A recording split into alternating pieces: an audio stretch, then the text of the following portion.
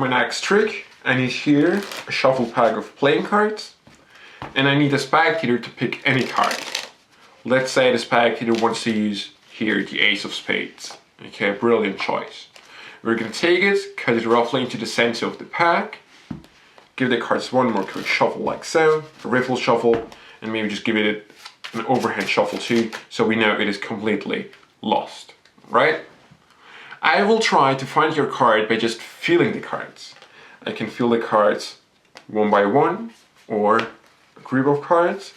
That's definitely not yours. No.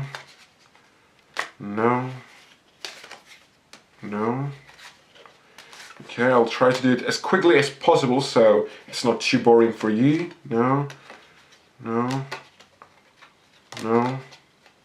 Oh, I believe I found it. Was your card the 10 of clubs? It was not? Are you sure? Okay, let me try something else with the 10 of clubs. By just taking it, placing it into the center of the pack and giving it a flick, I can make it change into the Ace of Spades, and I believe the Ace of Spades is yours. So here's the explanation for this amazing visual simple effect. The secret move is actually very simple. You have a card which is not theirs, you place it into the center of the pack and change it.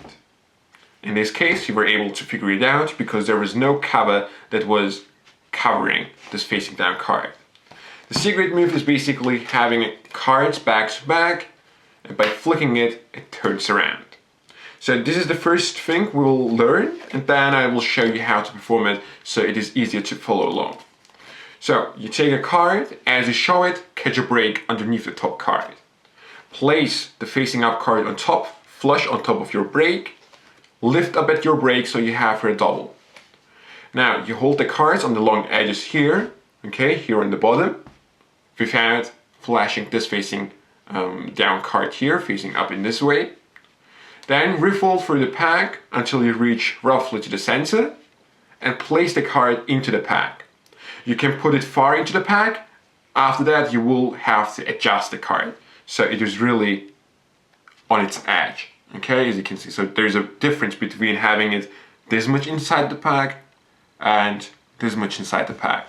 If you have around a half of the card inside the pack, you won't be able to flick the card. However, if it's on its edge, you will be able to flick it. In this case, it wasn't hard enough. Okay, you have it here on its edge, and when you flick like so, on the outer edge here, the card will turn around and fall on the table. And that's basically it.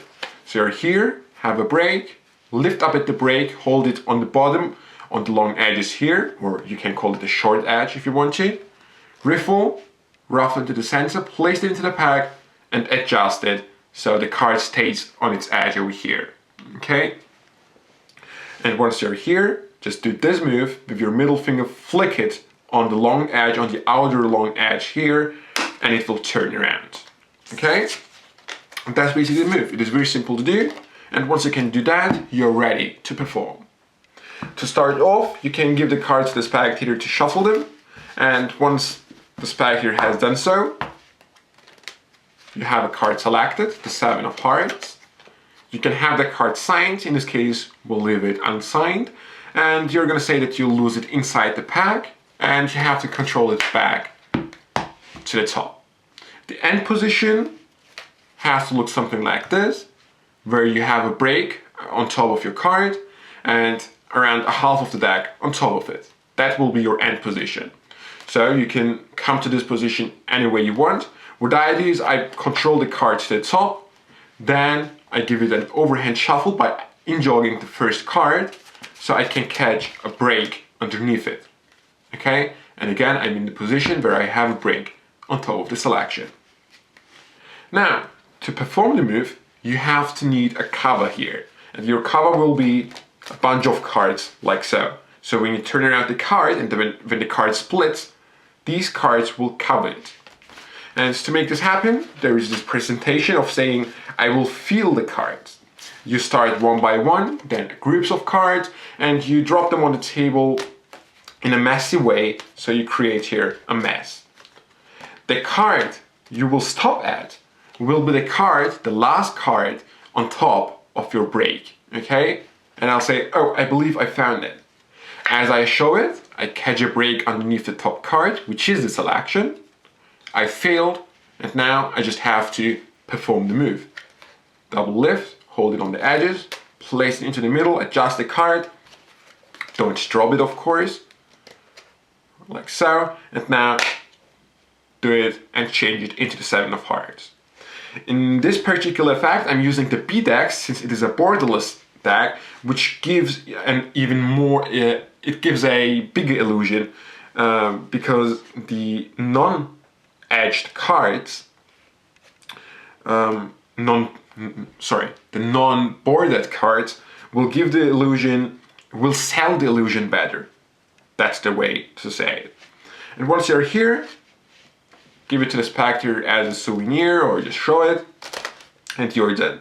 If you don't use a borderless deck, when you have done the change, you can, as you lift it up, riffle the cards on top, which is, in my opinion, giving kind of an extra misdirection when lifting up the cards, which sells the trick even better, in my opinion. And that's basically it. I really hope you enjoyed it. This is one of the first tricks I have ever learned, and it is one of the visual effects I have learned in the past years. That's it. I hope you perform it. I'll see you next time.